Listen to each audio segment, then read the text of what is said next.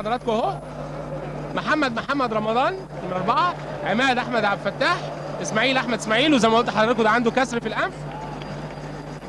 محمد عبد الوهاب بيبو، طارق صبحي عباس، محمد انور صادق، احمد عمر سليمان، محمد عماد الدين محمود، اشرف محمود صدقي، ايمن محمود صدقي اخو اشرف، حاتم محمد عبد العزيز، محمد عبد المطلب. مدير كرة السلة السيد مبارك، المدير الفني شريف عزمي، المدرب دكتور اسعد الكيكي، الاداري عصام عبد العزيز، الطبيب اسامه غنيم، كابتن عادل عبد الفتاح المدير الفني لكرة السلة بنادي الزمالك قدام حضراتكم. وبيحكم اللقاء ده الحكمين الدوليين ماجد الدالي من منطقة الاسكندرية وكابتن سلامة جيلاني من منطقة القاهرة. حقيقة قبل ما نبدأ المباراة أحب أقول إنها مباراة على نهائي البطولة، مباراة متوقع ليها كفاح وندية من أول ثانية لآخر ثانية. الزمالك فاز على الاتحاد 3 مرات في شهر واحد، مرتين في بطولة الدوري العام ومرة في البطولة العربية في تونس، وده إنجاز كبير لنادي الزمالك السنة دي، لأن الاتحاد السكندري فريق عريق وحضراتكم عارفين. اتلعبت كرة القفز وهشام أبو سريع صانع ألعاب الزمالك،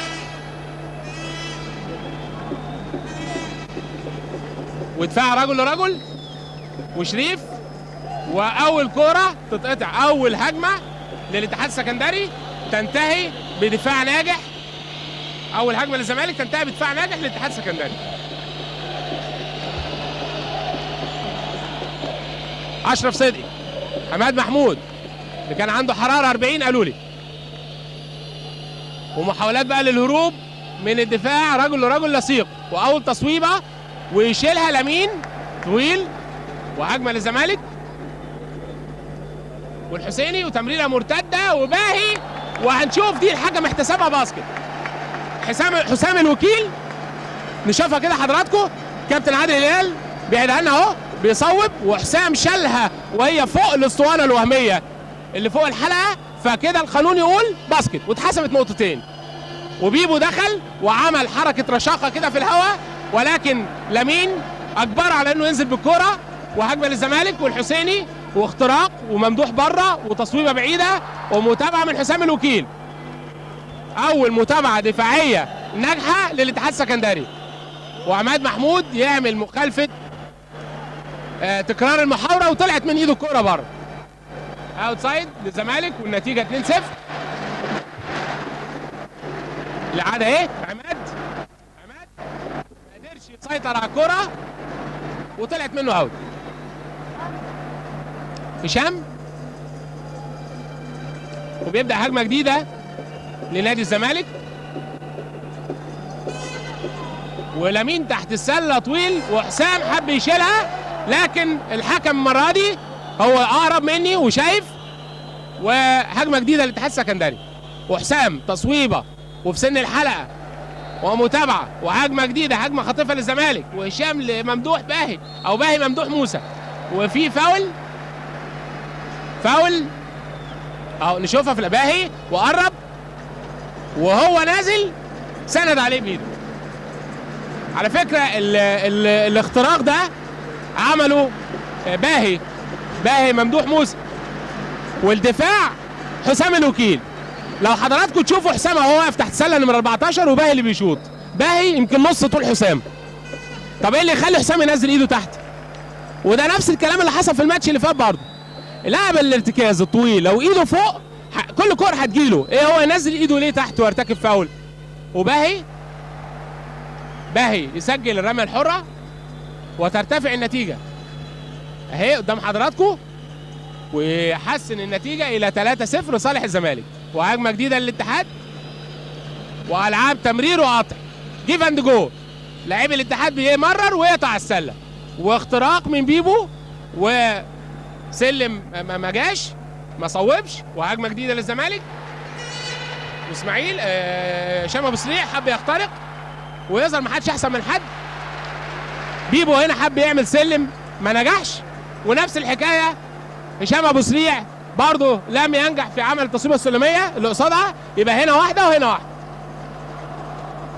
واوت سايد الزمالك.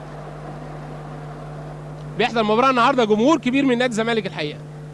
وباهي وتصويبه، وهنشوف المتابعه دي لمين. صراع تحت السله، والحسيني لم وتابع وصوب، ولمين بيمارس هوايته، لاعب طويل. نشوف المتابعه الهجوميه. بص الحسيني شاط، شوف لمين بقى دي فين فوق وحطها وسجل نقطتين من متابعه جميله، وترتفع النتيجه الى 5 للزمالك لا شيء للاتحاد السكندري. وادي عبد المطلب وارتكب مخالفه المشي بالكوره.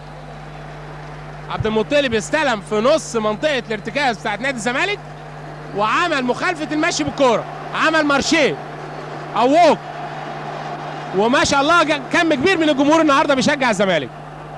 وهجمه خاطفه للاتحاد السكندري 3 على 2، وبيبو قرب ولوحده تصويبه سلميه سهله وسجل نقطتين وتبقى النتيجه 5-2. اهو نشوف الاختراق وهجمه خاطفه معدي نص الملعب وسلم ساهل ويسجل 5-2 لصالح الاتحاد السكندري.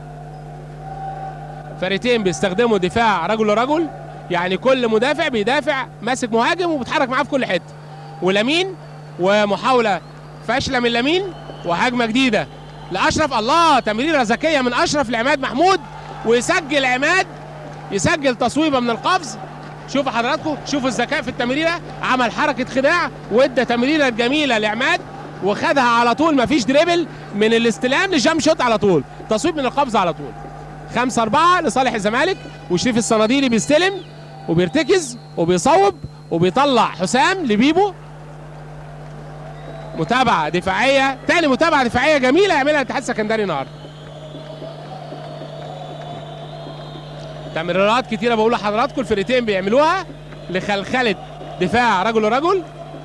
وعماد هوش لمين ودخل على السله وصوب وسجل، وحسام تابع ويتقدم الاتحاد السكندري 6-5. نشوف عماد قرب اهو وما صبرش عليها حسام الوكيل وجه كملها وحط الباسكت و6-5.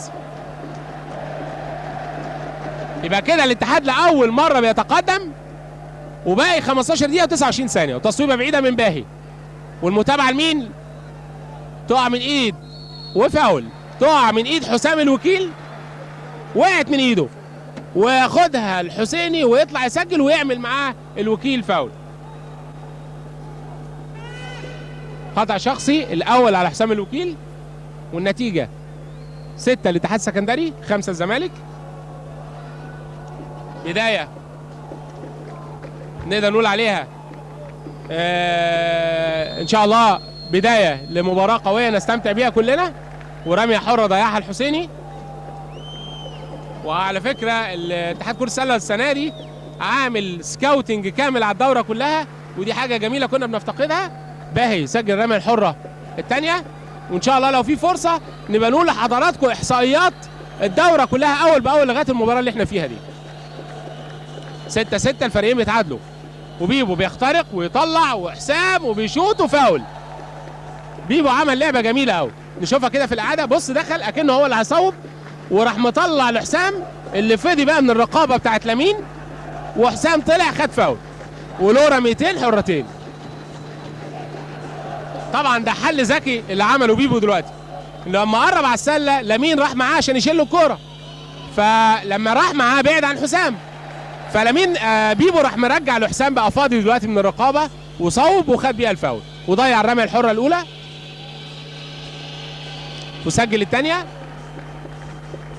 و7 للاتحاد السكندري. وهي الاعاده وباينه تكنيك ممتاز، عامل كيرف كويس، عامل فولو ثرو او متابعه بالايد كويس ورا الكوره. و7-6 لصالح الاتحاد. وتمريره مرتده لمين ولف وشاط وعلى الباسكت وما تجيش، ومتابعه واشرف صدقي هجمه خاطفه للاتحاد وتخبط في رجل الحسيني وتطلع اوت. اهي كابتن عادل هلال معانا الحقيقه في رجل الحسيني، الكاميرا جايباها وعايداها والحكم واقف على بعد متر منها. و7-6 للاتحاد السكندري.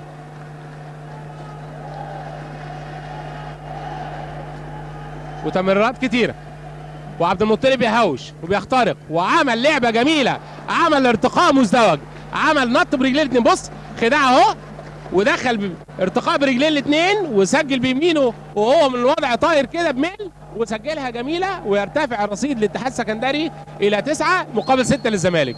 وتصويبه بعيده من ابو سريع وما تجيش وتيجي في ايد عبد المطلب وتطلع اوت سايد للزمالك. وفي تغيير، نازل ديكاتيه سوري لاعب مالي المحترف في صفوف الزمالك، وخرج باهي ممدوح. وعلى فكره ديكاتيه مصوب كويس، من التصويبات البعيده عنده كويسه. عارفين التصويبه البعيده بتحتسب ب3 نقط. ديكاتيه مصوب بارع من خارج المنطقه، وكوره دفاع ناجح لبيبو وقطع، وديكاتيه ينقذ الموقف وطلع لشريف الصناديلي وتصويبه وسجلها. تصويبه ناجحه اهي، قرب وطلع لشريف اللي فاضي مفيش رقابه، وعمل تصويبه من الميديم نقول عليها.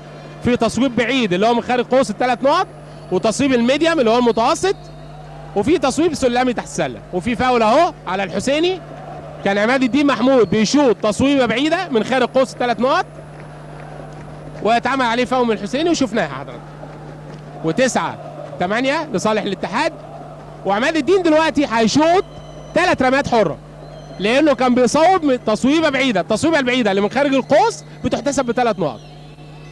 سجل الاولانيه لاعب دولي مخضرم عماد، باقي له رميتين وشفنا الاعاده بتاعتها، ضيع الرميه الثانيه. يبقى دلوقتي عامل مسجل 1 من 2. نشوف الثالثه، سجل الثالثه يبقى نسبته 2 من 3، واهي في الاعاده قدام حضراتكم. يعني نسبته في الرميات الحره لغايه دلوقتي 66 و66 من 100. وهشام بيخترق ولف من الناحيه الثانيه، وطلع زكي لف من الناحيه الثانيه وخد فاول اهو، نشوفها كده في الاعاده، خد فاول من حسام الوكيل. طلع زكي هشام ابو سريع الحقيقه، ولعبه جميله قوي، ولف وراح من على ايد الضعيفه بتاعت حسام الوكيل وخد منه فاول. ده الخطا الشخصي الثاني. طبعا لو حسام الوكيل طلع 5 فاول او حتى اتكتف في 4 فاول، فهتبقى فرص لمين في الانفراد بقى بالسله اطول، لان هو تقريبا اللي معادل الكفه مع لمين لاعب الزمالك. هشام ابو سريع ضيع الرميه الحره الاولى،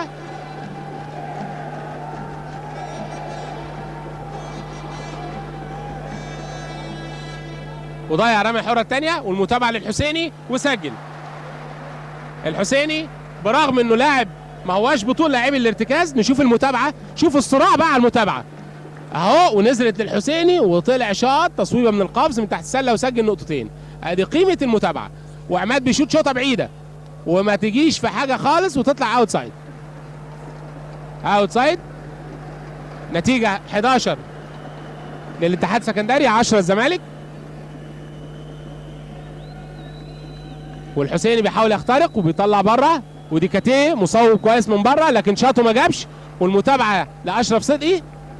النهارده الملاحظ نتيجه للصراع بين الطوال تحت السله في التحجيز، فالكور بتقع في ايد اللعيبه القصيره. الطوال ملخومين ببعض، فبتنزل في ايد مره في ايد الحسيني ومره في ايد اشرف صدقي. وادي اشرف صانع العاب الاتحاد النهارده، وتمريره مرتده لعبد المطلب، وبيهوش وبيعمل محاولات ارتكاز لعماد. الله، عمل حركه خداع جميله وتصويبه جميله. برافو يا عماد. ادي الخبره وحلاوتها في كره السله. بص الفنت، حركه خداع حلوه قوي، ودخل ومن زاويه صعبه وسجل نقطتين. لا يمكن الاستغناء عن عنصر الخبره ابدا، لازم الشباب موجودين ولازم الخبره موجوده. الجمهور الكبير ده بيدفع فلوس عشان يجي يستمتع بالاداء الفني الراقي للاعيبه المخضرمين في كل الالعاب الحقيقه، مش في السله بس. وده اللي بيمتع بقى الفريق اللي بيمزج ما بين الشباب وما بين الخبره، لازم يعمل شغل كويس قوي. وفاول على عماد محمود، يظهر انا حسدته، عمل باسكت جميل بخبره وبعدين رجع عمل خطا شخصي، ويظهر انا يعني كانت عيني عليه شديده شويه. 13-10 لصالح الاتحاد السكندري، ومضى 8 دقائق من الشوط الاول، واوت سايد وتتقطع وهجمه خاطفه للاتحاد وبيبو لوحده وتصويبه سلميه لوحده ويسجل نقطتين. هجوم خاطف اللي فاتت دي 2 على 1، 2 على 1 وسجل منها. شوف شوف شوف شوف الاعاده بقى وحلاوتها، ها، وتصويبه سلميه جميله وادي دفاع ناجح تاني من الاتحاد السكندري، ولامين يقرب وفاول، فاول على بيبو. لامين قرب وفاول على بيبو، واحتسبت باسكت ورميه اضافيه. نشوفها ايه بعيد احنا بقى، وهنا ما نقدرش نشوفها غير بكاميرا التلفزيون. ادي لامين وفاول على بيبو باينه واضحه زي الشمس، وسجل لامين. والقانون يقول ايه؟ اللاعب طالع يصوب على السله، ارتكب ضده خطا شخصي. لو اللاعب نجح في التسجيل تتحسب له نقطتين وياخد رميه حره اضافيه زي اللي هيشوطها لامين ده. يبقى اللعبه دي نتيجه لانه استحمل الضربه وسجل يكافئ كمان برميه اضافيه، وضيعها. ومتابعه دفاعيه من عبد المطلب لاشرف صدقي على طول، كره تتلم فين اشرف تروح له هوا، وتصويبه حلوه وتمريره حلوه لحسام الوكيل، وعمل بيها تصويبه جميله. بص لعبه جيف اند جو، تمرير وقطع جميله قوي قوي قوي. الوكيل قطع واداله على طول عبد المطلب، وعمل دنك، اول دنك في المباراه اللي هي تصويبه من اعلى لاسفل. 17-12 17-12 لصالح الاتحاد السكندري. ولو حضراتكم شايفين تحت السله صراع رهيب بين الطوال. يا سلام يا حسام، عمل دفاع ناجح على لامين وشال الكره من على ايده. دفاع ناجح جميل، يعني مش عارف اقول لحضراتكم ايه. يمكن لو الاستاذ عادل هلال يتفضل ويعد لنا الهجمه اللي فاتت دي وتشوفوا الدفاع الناجح الجميل اللي عمله حسام الوكيل، يعني هتنبسطوا بيه قوي. 17 الاتحاد السكندري، 12 الزمالك. بقى 11 دقيقه و20 ثانيه المباراه لغايه دلوقتي اهو. معانا الكابتن عادل هلال وهنشوف الاعاده اهو. ده جايب اللعبه الجميله بتاعت حسام الوكيل، التمريره والقطعه الحلوه اللي اتعملت، التمريره والقطعه الجميله اللي اتلعبت لحسام الوكيل وحط منها دانك. لعبه جميله طبعا، والحقيقه تسجل منها باسكت جميل قوي. الفرقتين لغايه دلوقتي بيستخدموا دفاع رجل ورجل، تقريبا نفس الاسلوب بالظبط. الفرقتين بيعتمدوا في الهجوم على مزيج، في الهجوم على دفاع رجل ورجل، على مزيج من العاب التمرير والقطع مع العاب الستار.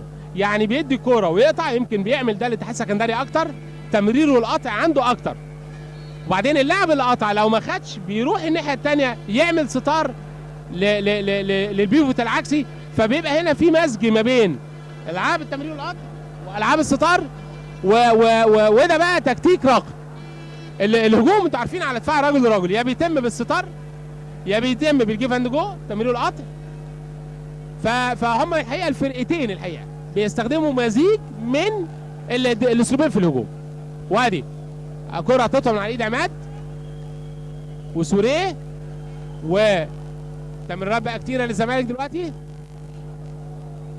ودي كاتيه، انا قلت لحضرتك بيشوط كويس من بره وعمل شغل كبير امبارح في ماتش الاهلي. وادي محاوله لاختراق وفاول على اشرف صدقي. محاوله اختراق من هيثم السعيد لاعب الزمالك، وفي فاول على اشرف صدقي.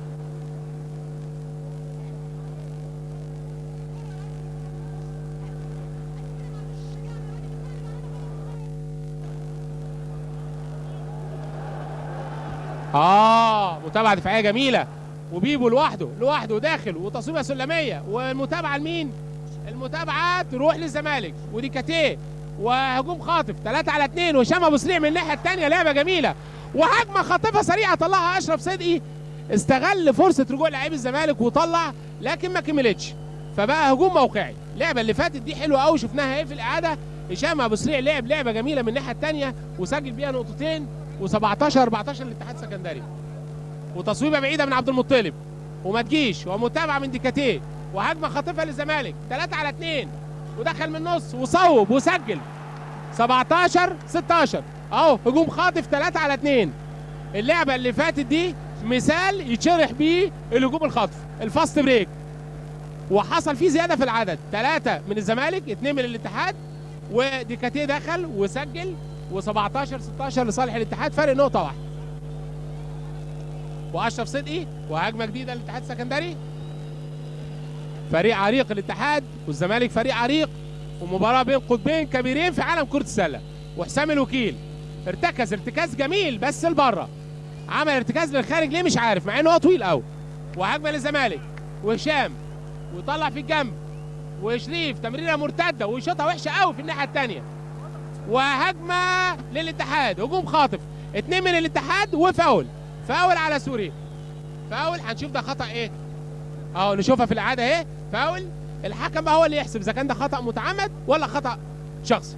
هنشوف هيحسبها ايه. 17-16 لصالح الاتحاد السكندري. الحكم الدولي سلامة جيلاني قدام حضراتكم على الشاشه بيدي فاول لصالح الاتحاد السكندري.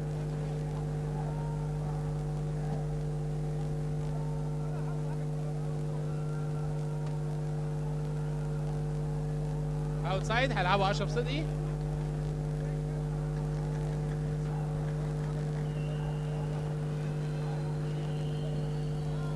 العاب ستار، اشرف حب يعمل ستار وتمريرات. عبد المطلب بره بيتعمل عليه دبل تيمينج، بيطلع من الدبل تيمينج وطلع تمريره وحشه. برافو، نجح دفاع الزمالك بالدبل تيمينج اللي اتعمل.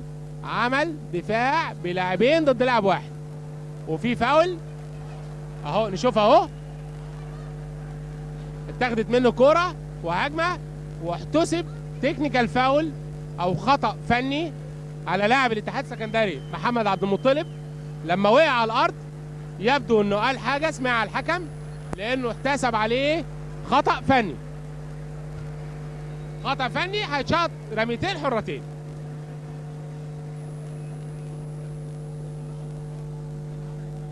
وقت مستقطع طلبه كابتن شريف عزمي مدرب الاتحاد السكندري، والنتيجه 17-16 لصالح نادي الاتحاد، وبقى 9 دقايق و13 ثانيه. وزي ما قلت لحضراتكم المباراه صراع بين فريقين كبار، فريقين ليهم باع كبير. شوف الهجمه الجميله دي اللي بيعيدها، هجمه جميله، وهشام ابو سريع نجح يروح من الناحيه البعيده. ودي انا قلت لحضراتكم لو عادها لنا الاستاذ عادل هلال وعادها لنا، ولعبه جميله الحقيقه قوي. ليه بقى؟ لانه بيعمل تصويبه سلميه بالظهر. وادي لعبه ثانيه بتاعت ديكاتيه اللي دخل فيها من النص، هجوم خاطف. تقليد جميل انه يتعاد ابرز الهجمات اللي تمت في اوقات الراحه، يعني تقليد جميل بنشكر عليه مخرجنا النهارده كابتن عادل هلال. 17-16 للاتحاد السكندري. زي ما قلت لحضراتكم ما اتغيرش كتير اسلوب اللعب في الدفاع، دفاع رجل لرجل. الهجوم كل اللي حصل جديد في الدقيقتين 3 اللي فاتوا ان ابتدى يبقى فيه هجمات خاطفه. الاتحاد السكندري عمل هجوم خاطف مرتين بواسطه بيبو، اختراق بالدريبل لوحده. الاتحاد السكندري الزمالك عمل هجوم خاطف مرتين ورا بعض بزياده في العدد، نقول عليها اوفر نمبرنج او زياده في العدد. 3 لاعبين من الزمالك ضد مدافعين فقط من الاتحاد السكندري، فزياده في العدد بتسمح ان دايما بيبقى فيه لاعب فاضي يصوب، وده حصل. وشفنا كوره ديكاتيه اللي فاتت، وديكاتيه سوري ضيع الرميه الحره الاولى. بقول لحضراتكم يمكن كانت باينه قوي ماتش الاتحاد والاهلي اللي قبل اللي فات، نسب الرميات الحره قليله قوي الحقيقه في هذه الدوره. سجل الرميه الثانيه، وديكاتيه برضه امبارح في ماتش الزمالك والاهلي كان دايما يضيع الرميه الحره الاولى ويسجل الثانيه. كان بيعلق عليه كابتن عادل شرف امبارح، واعتقد انه قال نفس الحكايه برضه. 17-17 وعماد الدين محمود، وتصويبه بعيده، والمتابعه كلها للزمالك، وهجمه خاطفه 4-على-4، لكن برضه هجوم خاطف وطلع بره. كده ما بقاش هجوم خاطف، بقى هجوم موقعي. شريف يهوش وشاط وسجل مع ان عليه متابعه في دفاع، لكن طلع شريف نشوفها اهو وعمل حركه ارتكاز وخداع وصوب وسجل. 17-19 للزمالك، وبيبو بشماله وطلع بره تاني لعبد المطلب، وتصويبه بعيده من عبد المطلب وما يسجلش، ومتابعه دفاعيه للزمالك. يبقى تصويبات بعيده كتير من الاتحاد، يليها متابعه دفاعيه من الزمالك، يطلع منها فاست بريك على طول. هجوم خاطف على طول الزمالك، 3-4 كور الاخرين كلهم بالشكل ده. ولمين قرب وشاط، وشريف متابعه هجوميه وحشه قوي تطلع منه بره. وهجمه جديده للاتحاد السكندري، وتمريره خبطت في ايد لمين سوري، واوت سايد للاتحاد السكندري.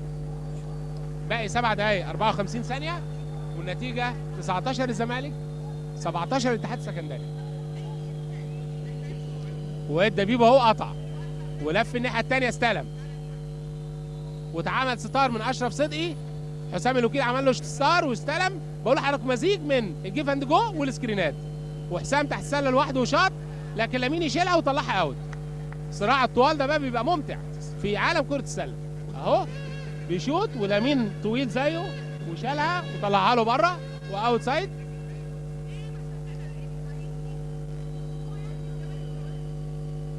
بيحاول يلاقي ثغرة أشرف وبيلف بيبو النهارده، يعني محور ارتكاز كبير لأداء فريق الاتحاد النهارده. تحركات بيبو الكتيرة بيدي ويلف ويروح الناحية التانية يستلم، وثلاثة طوال في الملعب. وعبد المطلب بيتعمل عليه الدبل تيمينج تاني اللي عمله الزمالك بنجاح المرة اللي فاتت، وصدق فاضي وشاط وصوب وما تجيش، وهجوم خاطف للزمالك 2 على 2 وسوريد تطول من ايده وتطلع بره ينقذ الموقف ويطلع لامين لسوري تاني وتصويبه ويشيلها بيبو بفاول. باينه تماما انه شايل من وراه، ونشوفها في العاده سوا. اهو بيبو شايل ايده وفاول. و17 الاتحاد السكندري، 19 الزمالك، وباقي 6 دقايق 54 ثانيه. الجديد في الثلاث 4 دقايق اللي فاتوا، الاتحاد السكندري مش موفق في التصويب، سواء الميديم شوت او اللونج شوت. التصويب من خارج المنطقه اللي بيعتمد عليه الاتحاد السكندري في الفتره اللي فاتت مش موفق. فالزمالك استغل عدم توفيق الاتحاد السكندري في التصويب وبيعمل متابعات دفاعيه ناجحه، وبيعمل من المتابعه الدفاعيه دي فاست بريك او هجوم خاطف. نجح فيه الاتحاد، وباقي 6 دقايق 54 ثانيه والنتيجه 19 17. وفي رميه حره اخيره لسوري وبيسجل. الله يا شريف، شريف سجل واحتسبت بنقطتين بعد ما كانت المفروض تحتسب بنقطه واحده. سجلها شريف، عمل فيها متابعه واحتسبت بنقطتين وشفناها اهي في الاعاده. و21 الزمالك 17 الاتحاد السكندري. ونشاط بقى الفريق الزمالك نتيجه لاستغلاله الهجوم الخاطف في الثلاث 4 دقائق اللي فاتوا. وعماد عبد المطلب اللي نزل تحت السله وحصل تغيير على طول في التكتيك بتاع الهجوم. حقيقه طبعا الكوتشين مخضرمين بتوع الفرقتين، وكابتن شريف لقى ان التصويب البعيد مش ماشي، نزل محمد عبد المطلب تحت السله عشان يحاول يعمل اختراق ويقرب ويسجل هو. وده طبعا ده التفكير الخططي بتاع الاثنين المدربين بقى، وده الصراع اللي بيتم من بره الملعب. واحمد عمر اللي نزل مكان بيبو، عماد واشرف، وتصويبه بعيده وقصيره وهجمه. وهنشوف الهجوم الخاطف، هنشوف الهجوم الخاطف اهو. هشام بسرعه وهجمه خاطفه وسجل نقطتين. سر تفوق الزمالك الهجوم الخاطف اهو. ليه؟ لانه الفريق بيقدر يسجل. برافو عليك يا هشام. وعمل نفس التصويبه الصعبه اللي من الناحيه البعيده. وعماد وبيشوط وبيشيلها لامين، وهجوم خاطف تاني 4 على 2 وسوري، وتصويبه تانيه من تحت السله. وجميله جميله جميله جميله هيثم السعيد. شوف الهجوم الخاطف، 4 هجمات خاطفه ورا بعض رفعت النتيجه من 18 17 الى 25 17 لصالح الزمالك. 25 17. والهجوم الخاطف بيلعب دور كبير النهارده، لان الزمالك نجح في انه يهجم قبل لاعبي الاتحاد ما يقفوا في الاماكن الدفاعيه بتاعتهم. وعبد المطلب لحسام، وتصويبه بعيده تانيه وما تجيش، وفي هجوم خاطف تاني. نشوف هشام لسوري وبيقرب وبيحاول يخترق، وفاول على عماد الدين محمود. اختراقات كتيره بيعملها لاعبي الزمالك النهارده. 25 الزمالك 17 الاتحاد السكندري.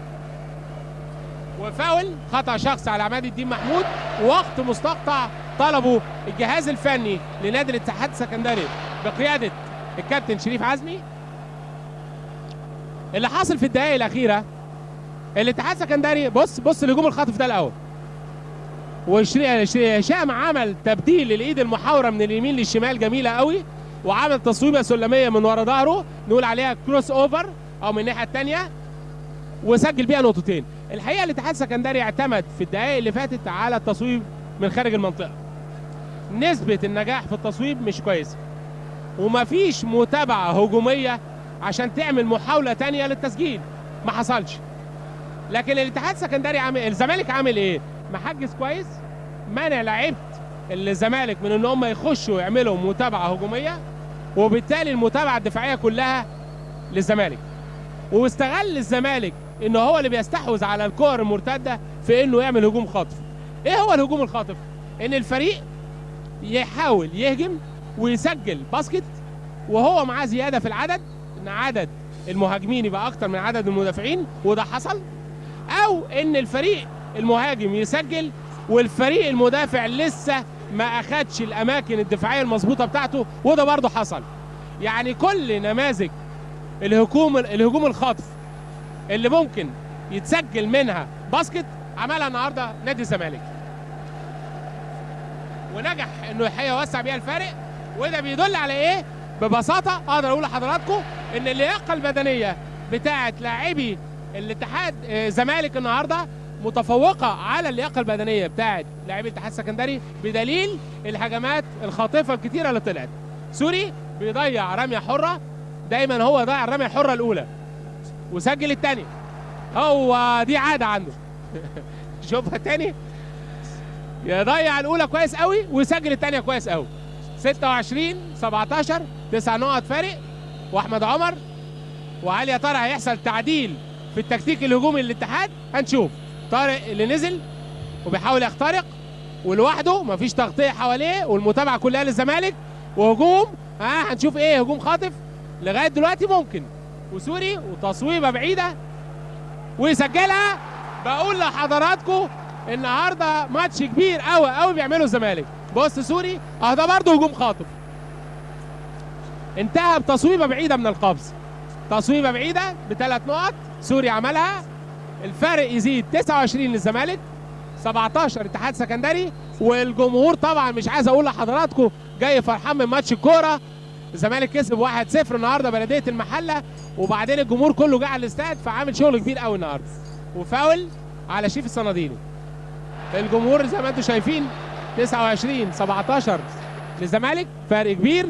لكن المباراه لسه كبيره قوي، ده لسه 4 دقائق و26 ثانيه، ودول لوحدهم ماتش، دول لوحدهم ماتش كبير في كره السله. الاربع دقائق و26 ثانيه دول. واحمد عمر، ولسه الاتحاد بيعتمد على التصويب البعيد اهو، وعبد المطلب سجل تصويبه بعيده يرد بيها على سوري، وهو لوحده فاضي وتصويبه بعيده. 3 نقط 20 29 9 نقط فرق لصالح الزمالك. والاتحاد لم دلوقتي وبيلعب دفاع المنطقه 2 3، وشريف استلم جوه لوحده، وصراع بقى تحت السله ياي على الحلاوه. مش ممكن لامين عمل متابعه هجوميه دنك، يعني حاجه كده تيجي في الاعلانات مثلا. بص دي طالع فوق ودنك ولعبه جميله. يعني بقول لحضراتكم الملعب وقف في اللعبه اللي فاتت دي، لعبه جميله قوي، يعني 3 مرات بتتعاد اهي، مش ممكن على الحلاوه. وتصويبه لاحمد عمر بيحاول يرد، ومتابعه من طارق وخايف من لامين وشاط، وحسام الوكيل وفاول. الفاول ده على مين؟ هنشوف على طارق. صعبه دي قوي، صعبه دي، نشوفها دي لو جت في العاده نشوفها سوا. طارق عمل تهويش مرتين خايف من لامين، واحتسبت على طارق فاول. الحكم قريب قدامها، واحنا مش هنقدر نحكم عليها الا اذا شفناها في الاعاده كلنا مع بعض كده.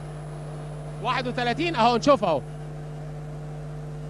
دي تصويبه من الاول بقى، وطارق لم هوش مرتين وبعدين طلع وشاط، والحكم شايف انها فاول، وحضراتكم بقى شايفين معايا، وكل واحد وتقييمه للموقف. لكن تقدير الحكم انها فاول، وبدل ما يبقى رميتين لطارق راحت رد رميتين على الاتحاد السكندري، ويزيد الفارق 32 الزمالك 20 الاتحاد السكندري. 12 نقطة وباقي 3 دقايق و30 ثانية. وانور اللي نزل بيحاول يقود الملعب دلوقتي مع احمد عمر وطارق، 3 ناشئين اهم، وعبد المطلب وحسام الوكيل، ومفيش مساعدة خالص لعبد المطلب. ودبل تيمينج ناجح جدا بيعمله الزمالك، دبل تيمينج او دفاع ب2 لاعبين ضد لاعب واحد، وحسام بيشوط شوطة وحشة وما تلمسش حاجة وتطلع اوت للزمالك. 32 20 وهجمه جديده، و12 نقطه فرق، و3 دقائق وثانيه، ومحاولات بقى مستميته بيعملها شريف عزمي مدرب الاتحاد السكندري بانه يعمل بدلاء كتير، يعني عشان يعني يحسن اداء الفريق. وتصويبه من القفز ومتابعه من حسام وانور، وهجمه للاتحاد. عبد المطلب وتمريرات وقاطع، ما حصلش تغيير جوهري، وتصويبه بعيده من انور وقصيره ولمين، وهجوم للزمالك، و3 على 3 4 على 3 4 على 3 الزمالك، تمريره مرتده. يا سلام، مش ممكن، لعبه جميله ياي على الحلاوه. النهارده بقى شريف بيعمل درس في اللاعب الارتكاز اللي بيقوم بدور الفيدر او الممرر بقى الجميل بقى. شفت اللعبه الحلوه دي؟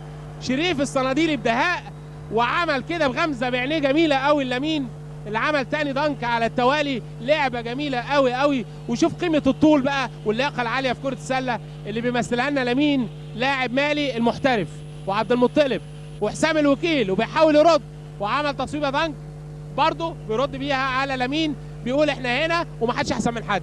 و24 الزمالك، 34 اسف، 22 الاتحاد السكندري، وباقي دقيقه 43 ثانيه. ومهارات فنيه عاليه النهارده بنشوفها الحقيقه من فريق الزمالك، ومتابعه ولمين، وبيرتكز وتتشال من ايده لكن بيحارب لاخر لحظه. الحقيقه في روح وفي اصرار النهارده واضح قوي على لعيب الزمالك، واختراق اهو، وتصويبه علاها جميله قوي، ولمين حب يعمل فولو ما قدرش، وانور، وهجوم خاطف 3 على 3 واحمد عمر، وتصويبه سلميه وحشه قوي في سن الحلقه، وفاول على طارق، فاول على طارق. ماجد الدالي الحكم الدولي قريب وادى فاول على طارق. طارق جاي من بعيد وفاول على طارق قدامكم اهي في الاعاده. ويعني يقول لك دايما، يقول لك صوره واحده ابلغ من الاف الكلمات. فده بقى قيمه ان التلفزيون بيذيع لنا المباريات على الهواء، وقيمه الاعاده الفوريه